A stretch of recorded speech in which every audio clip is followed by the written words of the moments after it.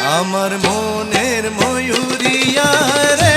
ঢাকাই সিনেমার একসময়ের জনপ্রিয় চিত্রনায়ক ওমর সানী প্রেমগীত সিনেমায় যার অনবদ্য অভিনয় দর্শক আজও মনে রেখেছে। বর্তমানে এই অভিনেতাকে আগের মতো আর পর্দায় দেখা যায় না। নিজের ব্যবসা ও পরিবার নিয়েই কাটছে তার ব্যস্ত সময়। তবে পর্দায় নিয়মিত না হলেও সামাজিক যোগাযোগ মাধ্যমে বরাবরই সরব থাকতে দেখা যায় এই অভিনেতাকে। বিভিন্ন সমসাময়িক বিষয়ে নিজের মতামত প্রকাশ করে তিনি প্রায়ই ভক্তদের মাঝে আলোচনায় থাকেন।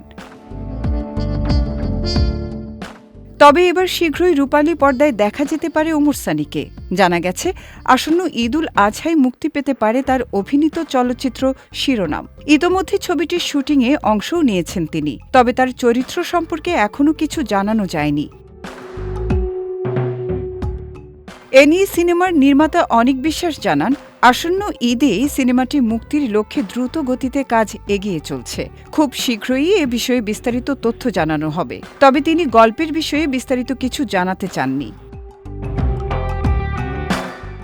অনিক বিশ্বাস আরও বলেন, দর্শকের চাহিদার কথা মাথায় রেখেই শিরোনাম এর গল্প নির্মাণ করা হয়েছে। এই সিনেমার কেন্দ্রীয় চরিত্রে অভিনয় করছেন ঢাকাই চলচ্চিত্রের অন্যতম আলোচিত নায়ক নীরব।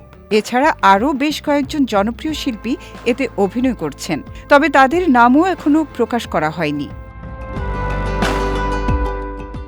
জানা গেছে, এই ছবির মধ্য দিয়ে দীর্ঘদিন পর প্লেব্যাকে ফিরছেন জনপ্রিয় সঙ্গীত শিল্পী আরফিন রুমি। সিনেমাটির চিত্রগ্রহণ করছেন বাংলাদেশের সাইফুল শাহীন এবং ভারতের ভেঙ্কটেশ গঙ্গাধারী।